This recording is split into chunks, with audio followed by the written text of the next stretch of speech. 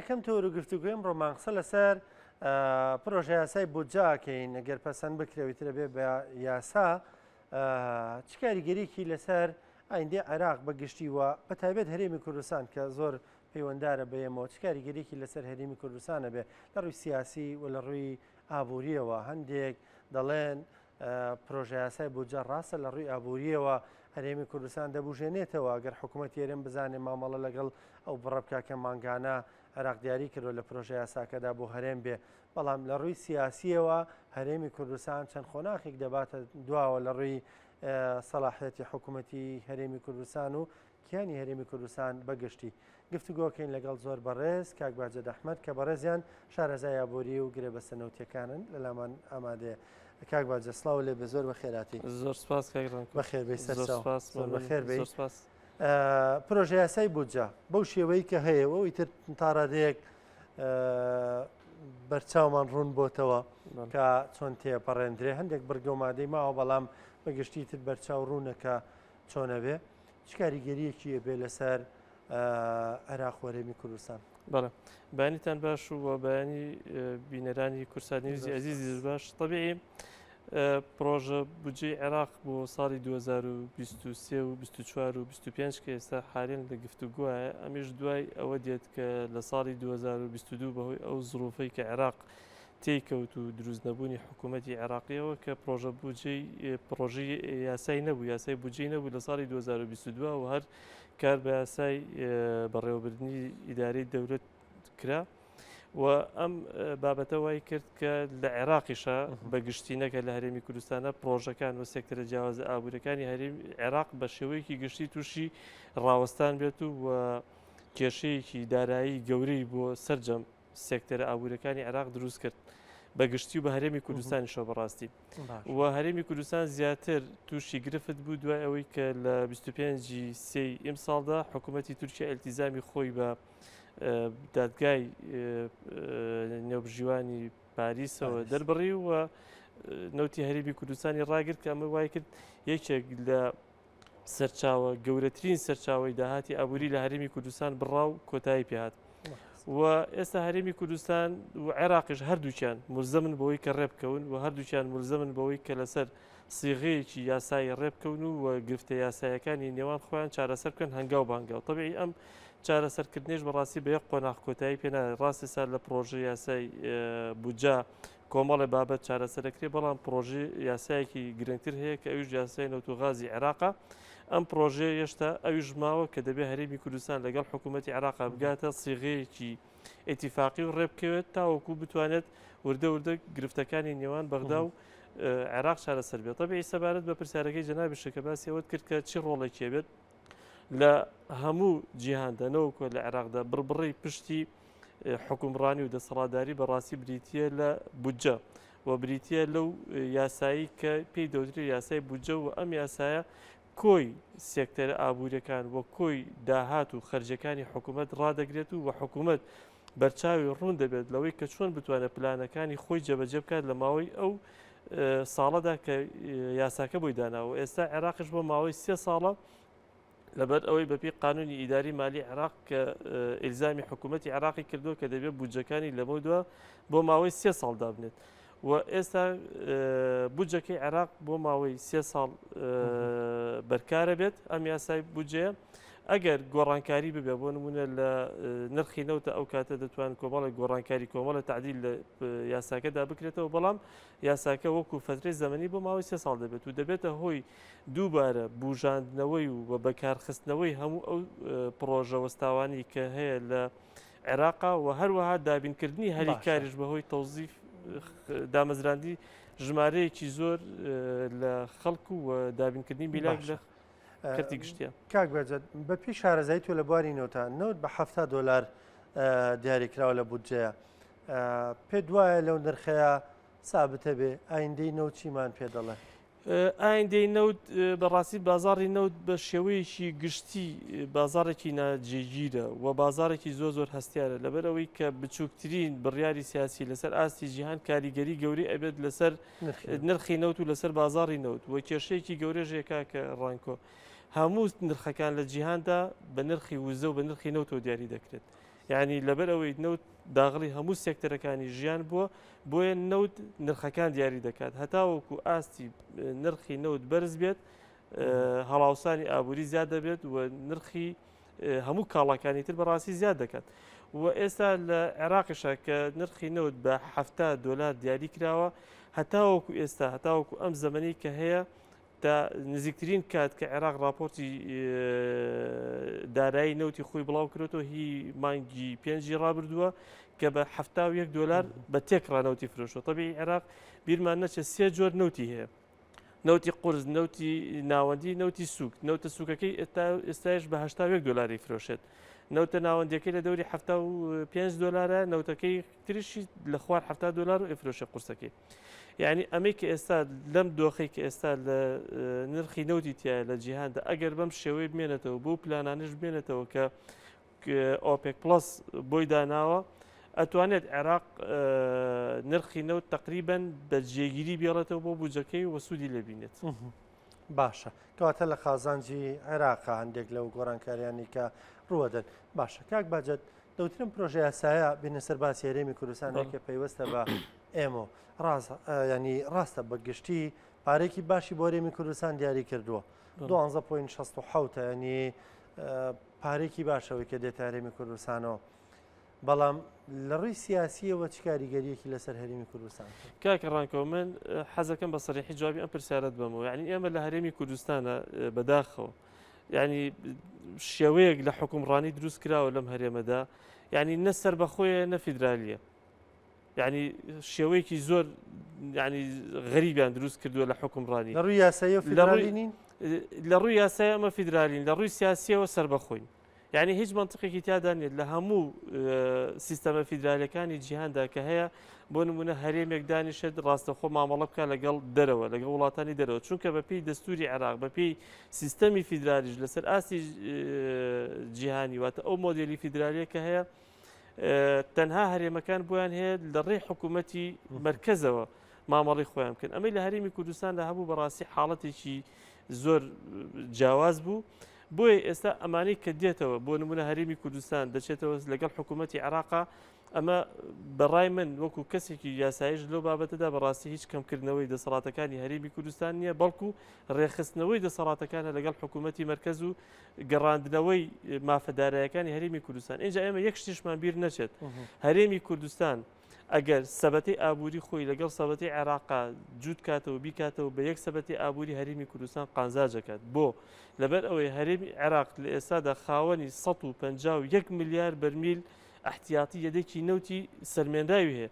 هەرێمی کوردستان هەمانەوە نیمانە 3.5 بۆ 3.7 ملیارمان هەیە بە هەموویەوە یعنی ئەمەی کە هەمانە ئەم نەوتی ئێمە کە هەمانە بەم شێوەی ئێستا کە پێشتر مامەڕی لەگەڵاکرا مامەڕی لەگەڵدا بکرێ من بە دڵنیایی و بە جەناب دەڵێم کە هەتاوەکو 10 ساڵ بۆ 15 ساڵێکە نەوت لە هەرێمی کوردستانە نەدەما یعنی بە هیچ شێوێک نەدەما ئەوە تا کێڵگەنەوتەکانی هەرێمی کوردستان لە تاوجیە لە کێڵگەی حەسیرە لە کێڵگەی تەختەق ئەمانە هەمی بەرە وشک بوو ڕۆشت دوانیە پەیوەندی بە خراپ مامەڵەکردنەوەی لەگەڵ کێڵگەکانە ئەوە بەشێکێتی لەو بابەتە لەبەر ئەوەی جۆری گرێبەستەکان کە ئێمە کردومانە و بە شێوەیەکی خراپ کراوە چونکە سەقفی ئینتاج دیاری نەکراوە بۆ کۆمپانیا بیانەکان کە تۆ بۆت هەیە لەم سەقفە زیاتر ئینتاج نەکەیت نەوت زیاتر بەرەمنێنیت ئەمە وای کردووە کە کۆمپانیاکان فشاری زیاتر بخەنە سەر کێڵگەنەوتەکان وە کێڵگەنەوتەکان خۆشیان لە خۆیانە کێڵگەی بچووکن یعنی کێڵگەی گەورە نین ئێستا بۆ نمونە ئێمە گەورەترین کێڵگەمە بۆ نمونە لەوانەیە کێڵگەی تەختەق بێت کە ملیارە بەرمیلیتیە کە قیاسن بەوانەی بە کێڵگەی ڕوبێلە و بە کێڵگەی مەجنون و بە کێڵگەکانی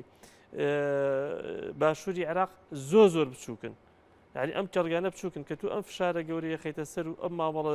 نادروستی لەگەڵاکەیت بوو ئەوەی کە زۆرترین بەرهەمی تیا دەربێنی لە کەمترین ماوەدا ئەمە دەبێتە هۆی کێشە دروستکردن و دابەزینی ئاستی بەرەمی باشە کاک باجێت ئەمی کە دەڵی لە ڕووی ئابووریەوە تەواوە ئێمە لە سەبەتەیەکی گەورەتر بەشدار بین لەوەی کە سەبەتەیەکی بچووک بێ بەڵام سەبەتە بچووکەکەی خۆت لە ڕووی سیاسیەوە ئەگەر بتوانانی سەقرارێکی سیاسی پێ دروستکەی باشتر نییە لەوەی کە چاو لە دەستی بەغدابی ئەزانی سێمە چاو بە پێم پرۆژه یاسایە یان هەر کاتێ هەرێم بچووکترین جوڵەی سیاسی بکە یەکسەر پارەکەی لێ ئەبڕێ دەواازەکانیشی لێ داخستووە کە نایەڵێ ئەوەی جاران نەما کە تۆ خۆنە و بنێری ئەمە ئەزانیی پەیوەندی بۆ حساسێتە سیاسیەوە هەیە کە پێشتر لە ماوەی ساڵی 2014 تاوەکو ئێستا دروست بووە و هەرێمی کوردستان بە شێوەیەکی جیاواز لە خواستی عێراق تەسەڕوف و مامەڵی کردو و عێراقیش بەڕاستی ئێستا وەکو چۆن ئەڵێ یعنی حساسەتێکی سیاسی بمانەوە نەمانە دروست بووە ئەمە حەقیقەتەکەیەتی بەڵام ئێمە بیریشمان نەچێت پێش ساڵی 2013 ئەو بوجە زەبەلاحە هاتە هەرێمی کوردستانەوە یعنی لە ماوەی ساڵی 2005 بۆ ساڵی 2013 105 میلیارد دلار بودجە هاتوتە عێراق هەرێمی کوردستانەوە لە کاتێکا کە هەرێمی کوردستان نەوتیشی نەبوو بۆ نمونە بە شێوەیەکی ئاشکرا بیفرۆشێت یعنی بودجەیەکی زەبەلاح هاتووە و دوای ئەوەش لە وەکو باسم کرد کە ئەو هەموو کێشەکەڵەکە بوانەی نێوان هەرێم و نێوان بەغدا لە دوای ساڵی 2014 هەتاوەکو ئێستا کە دروست بووە بە پرۆژە یاسای بودجە هەمووی حل نابێت هەمووی حل نابێت پێویستی بەوەی بۆ نمونە ئەو یاسای نەوت و غاز پێویستی بۆیە کۆمەڵێک ڕێکەوتنی تر لە نێوان هەرێمی کوردستان و لە نێوان حکوومەتی اتحادیە بکرێت هەتاوەکو بتوانێت ئەو حساسێتە سیاسی کە لە نێوان هەردوو لادا هەیە بڕەوێتەوە و کۆتایی بێت و وەجارێکی تر ئابووری هەرێمی کوردستان بەڕاستی هەنگاو بە هەنگاو دەست بکرێتەوە بە مامەڵەیەکی دروست لەگەڵەوە اینجا ئێمە یەک خاڵێک زۆر گرنگەیە لە بیرمان نەچێت ئەوەیە ئێمە وەکو خۆمان کە سەرجەنابەت باست کرد ئەو سەبەتە بچووکەی نەوتی خۆمان کە هەمانە یەک نەوتەکە بەشی چەند ساڵێکی کەمی تاماوە ئەمە یەک دووش ئێمە لە 2014 لەگەڵ نەوتا مامەڵەمان کرد بەڕاستی مامەڵەیەکی زۆر ناتەن دروست بوو و ئەو داهاتەکەمەشی کە داهاتەوە ناو خەزیانەی حکوومەتی هەرێمی کوردستان بە شێوەیەکی زۆر نامەنتەقی و لۆجیکیانە مامەڵی لەگەڵدا کرا و بە شێوەیەکی سیاسیانە فشار خرایە سەر زۆنێکی سنووری هەرێمی کوردستان و وای کرد کە بەشێکی هەرێمی کوردستان مەحروم بێت و بەشێکی تریشی لە ڕەفاهێتا بژین و بەشێکی تریشی بەڕاستی ئەو سوودمەندە نەبێت ئێمە دەبینین شار هەیە لە هەرێمی کوردستاندا بای 500 میلیۆن دلار بەس قەرزی بۆ کراوە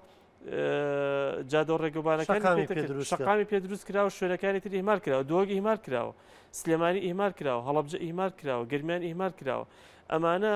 ئەم قەرزەش لەسەر حسابی کێ بیداتەوە لەسەر حسابی حکوومەتە بیداتەوە کێش حکوومەتەکەی سلێمانی هەولێرە دووە کە ئەمانە دەبێ بیدەنەوە یعنی ئەم مامەڵە نالۆژیکیش کە کرا لەگەڵ بودجەدا وای کرد بەڕاستی کە خەڵکی هەرێمی کوردستان زیاتر ئاواتە خوازن بۆی کە لەگەڵ حکوومەتی عێراقا ڕێکەوتن بکرێت لەگەڵ حکوومەتی عێراقا جارێکی تر ئەم ڕێکەوتنانە ئەنجام بدرێتەوە على الأقل خەڵک ئەڵێ موچەکەم لە کاتی خۆما بۆم دێت ئەمە گەڕانەوە نییە بۆ سەردەمانێکی زۆر زار وڵاتی و پرسیاراکە ئاڵێ گەرێمە شەڕی موچەمانە کرد خۆ هەر لەسەر لەگەڵ ڕژێمی پێشوشدا گە ڕێکەوتینە ینی پێویستمان بەم هەموو ئەوەنە ئەم کێبرکێ نەبوو ئەم شەڕە نەبوو هەمیشە بەردەوام بێ موچەی دەداینێ پارە لە کاتی خۆیدا داهات کێشە نەبوو ئێمە ئەزانین چۆنە کاکە ڕانکۆبا بابەتەکان بە چەند مەرحەلەیەک جیا بکەیتەوە سەردەمی ڕژێمی بەعەز ئەوە شۆڕشی چەگاری هەرێمی کوردستان و شۆڕشێکی ڕەوا بوو کە کراوە و خوێنێکی زۆرمان ڕشتووە لەبەر ئەوەی کە ئەو سیستەمە باوەڕی بە فرەیی نەبوو و باوەڕی بە مافەکانی کورد نەبوو و سیستەمێکی تا سەر ئێسقان دیکتاتۆر بوو ئەوە بەبەستەکەنەوەیە بۆ بگەڕێنەوە بۆ داوای موچە بچووکردنەوەی هەرێمی کوردستان و خواستەکانی خەڵکی کوردستانیە لەوەی کە نەتیجەی بەنێیتر بێدەنگ ئەزانی نەتیجە چیە نەتیجە ئەو هەموو زوڵمەیە کە لە دوای ساڵی 2014 لە خەڵک کرا نەتیجە ئەو هەموو زوڵ بێ بەناوی ئابووری سەربەخۆ بەناوی ینی وای لێ هات کۆمەڵی خەڵک حزبێکی دیاری کرا و لەسەر ئەساسی لەسەر حسابی گیرفانی خەڵکی کوردستان ببێتە تریلیۆنەر دیناری هەبێت خەزنی بکات و بۆ مەرامە سیاسەکانی بەکاری بێنێ و لە کاتیشا بە خەڵک بڵێت تۆ موچەت نەوێت و تۆ من پاشەکەوتێکە و من نادەمەوە ئێستاش لەم کاتەدا کە ئێستا حالیان لە گفتوگۆی پرۆژێ بودجەی عێراقان ئێستاش دانەوێت زوڵم لە فەرمانبەرانی هەرێمی کوردستان بکرێتەوە بۆی کە تەنانەت لە 110 پاشەکەوتی موچەکەش مانگانە پێی ڕەوانە بێ بیداتەوە یعنی لەگەڵ ئەوەی کە ئەو زوڵمەی کردووە پارەکەی بڕیوە لەگەڵ ئەوەی کە ئەو زوڵمەی کردووە کە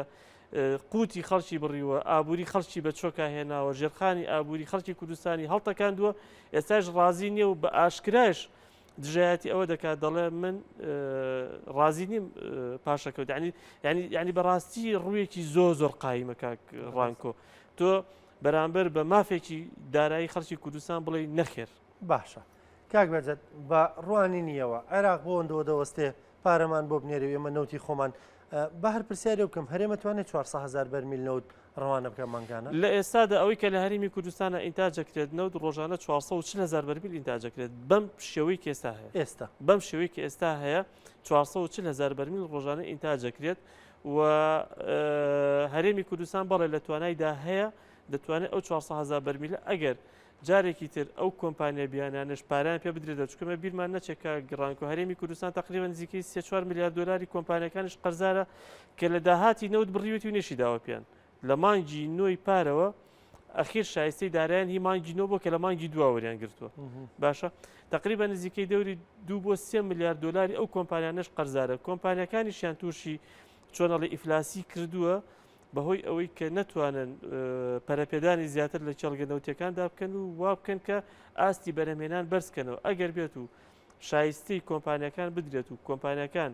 یعنی بزانن حەقەکان و مافەکانیان مەزمونە ئەوە دەتوانن پەرەپێدان بکەن و ئاستی بەرهەمێنان ئەگەر بە 400 کەش بە جێگیری نێڵ زیاتری نەکەن بۆ 400 بەرمیل ئەمێنێتەوە دوای پرسیارم کە پێشتر لە بەڕێستم کرد عێراق بۆ ئەوەندەوە دەوەستێ پارەمان بۆ بنێرێ و ئێمە بەخۆشی بژین و مانگانە خەڵک موچەی خۆی وەرگرێ و